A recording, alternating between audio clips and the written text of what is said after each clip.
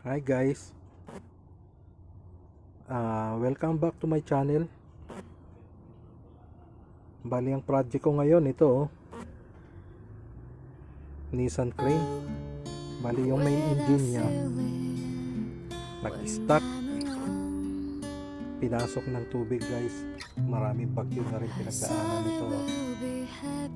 So bali ang gagawin ko ngayon, top overhaul. Nag-stuck na pag guys yung piston nito dahil pinasok ng tubig.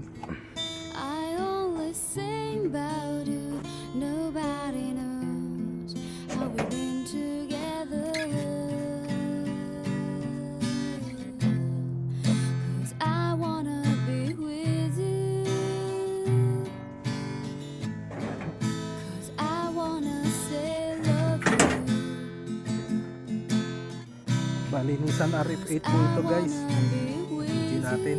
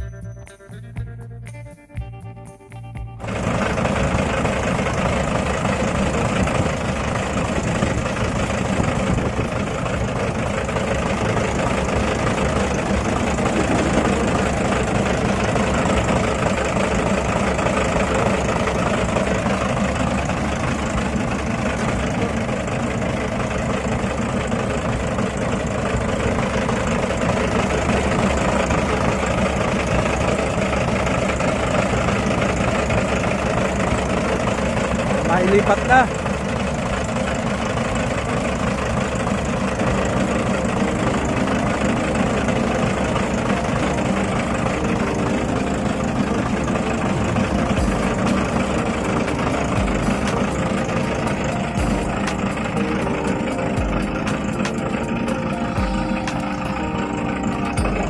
Ay, nadali rin.